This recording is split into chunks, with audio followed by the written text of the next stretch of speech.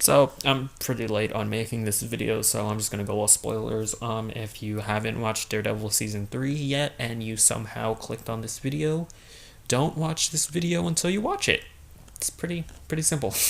Or unless you don't care about spoilers, in which case, go ahead. It's fantastic. It is so good. It's almost a perfect season. Like this is almost a perfect season of television. Not just the perfect, not just a great superhero show, not just a great Marvel show. This is almost a perfect, just well executed season of television. And I have to say, as of right now, it's my favorite Marvel Netflix season. One of the best things about this season is just how well each character is treated. Not just Matt Murdock, not just Kingpin, but every side character is given a really good, compelling, and important arc. It's like every character is doing their own part in trying to stop Fisk. And it all comes together so beautifully well, and it all feels natural, and like every character gets their own time to shine. Even this guy. If you would have told me before I watched this season that they were going to introduce a new CIA agent into Daredevil season 3, I would have been like, "Uh-oh, that's going to be terrible. That's his like any time that he's on, it's just going to be filler." But no, man, he was great. They really use him to showcase how once Fisk has you in his grasp, there's no getting out. That's what was great about his character. It's a shame. It's kind of a shame that he got killed off in this season because he was really good, but he really showcased just how dangerous and how intimidating being under Fisk's thumb is. Foggy is definitely better this season. I didn't hate him in previous seasons, but it would get kind of annoying every time. He'd be like, Matt, why are you lying to me, Matt? You're always lying to me. You didn't tell me about stuff. How dare you be Daredevil and saving people's lives? Boo, Matt. No, in this season, he's like more understanding of Matt. And, I like that him and Matt started their friendship wanting to do good. And, he doesn't feel fulfilled with his, job as being a fancy lawyer. And I like Foggy this season. Definitely a lot more than I did in previous seasons.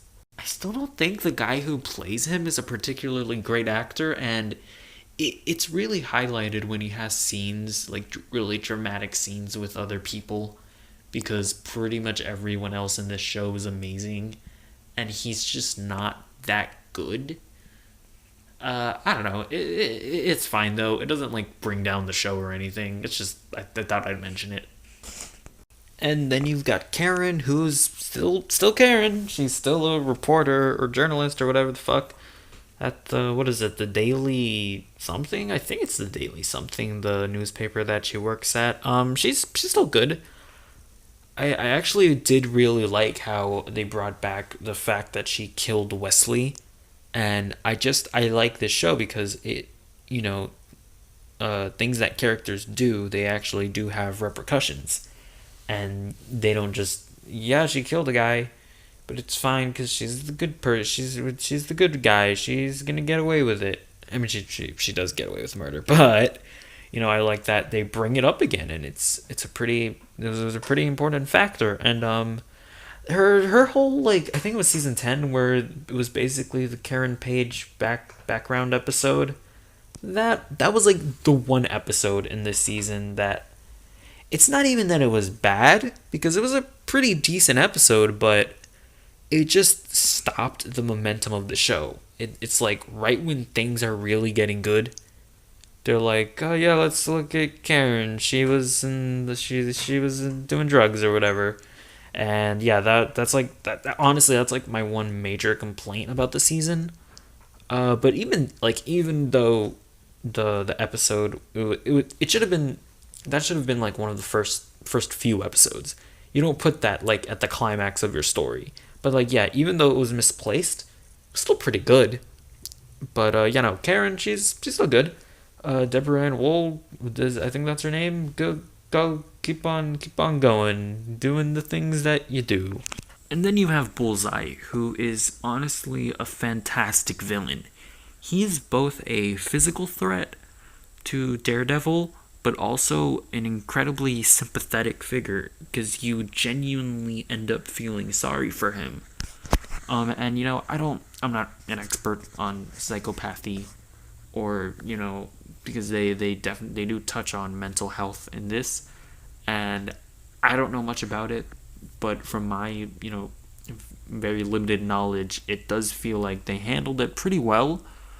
They don't glorify it, but they also don't. I don't feel like they villainize it.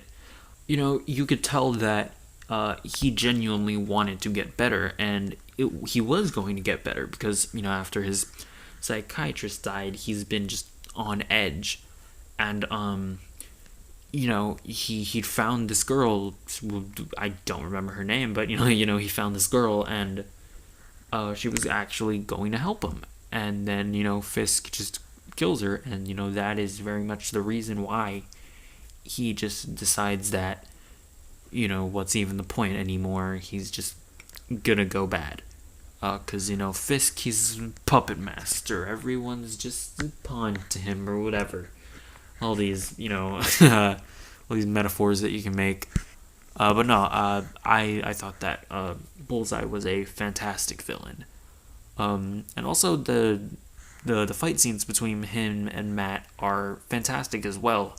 Uh, I I honestly I thought they could have very easily come off as cheesy, but they actually really work. Him like throwing pens and staplers.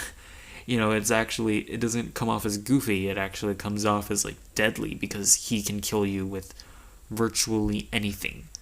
Yeah, no, he was great.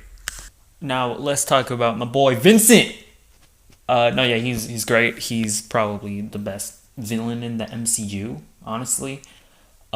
He's just the way that he plays him is just so incredible.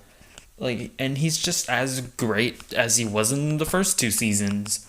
The way that he's sort of just this imposing threat, but then they also show him as sort of insecure, and just the way that Vincent D'Onofrio is able to just capture that, and you kind of feel for him sometimes, and then other times you really hate him. It's so good. There's really not much more to say about him other than that he is amazing. And then obviously you have Matt Murdock, played by Charlie Cox. He was fantastic in this season. You could really see that Matt was broken, just completely broken, both physically and mentally. Obviously he had the building fall on him at the end of the Defenders, and just physically you can tell that he never really recovered. Like, I don't think there was ever a point in this season where Matt was at 100% capacity, and I think you could really see it. And just mentally, obviously the fact that he couldn't be Daredevil, that just broke him mentally as well. And it was just like Charlie Cox played it perfectly, and yeah, the character was really great this season. I also really liked the way that they tackled his faith. They sort of touched on it in other seasons, but in this one they really tackled it head on, and I thought it was very interesting. I think it adds a cool element to his character, that he sort of believes that he's doing God's work by being Daredevil.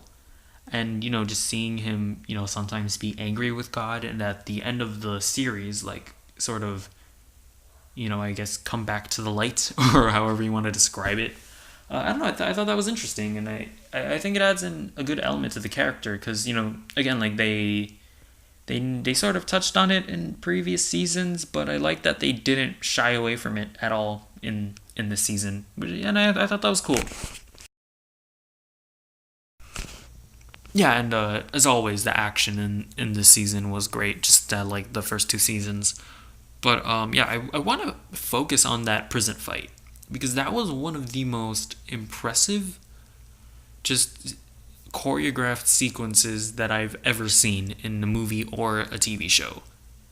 Just because, first of all, it was actually done in one take, and just the way that it went from fighting in that, like, in the room, in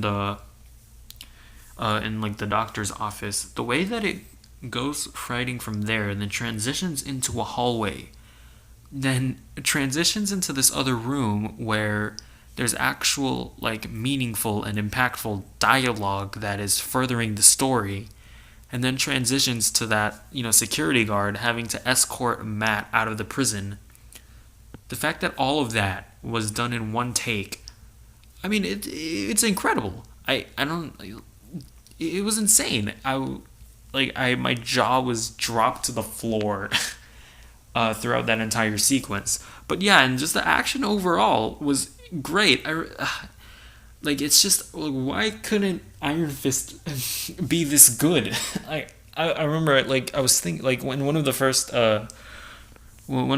like, sort of, like, stealthy scenes where Matt's, like, stealthing his way through, like, a parking garage. I remember I was just watching it. I thought to myself, like, why wasn't Iron Fist this good? Why couldn't it be this good? And yeah, I don't know. I guess they just have different choreographers on these shows. But yeah, no, I mean, Daredevil, it's just overall, this season's amazing. I could go on, but I'd just be rambling. This season's incredible. If for some reason you've watched this entire thing and you haven't seen it yet, go watch it. I actually don't think I really spoiled all that much. But yeah, just seriously, go watch it. It's incredible. I really hope it comes back for another season, because, not too sure that it will. Just seeing the way that Luke Cage and Iron Fist have been canceled. I hope that they continue this. Obviously, Netflix doesn't release their ratings, but yeah, I hope this continues. But if you enjoyed this video, be sure to comment, like, and subscribe, I guess.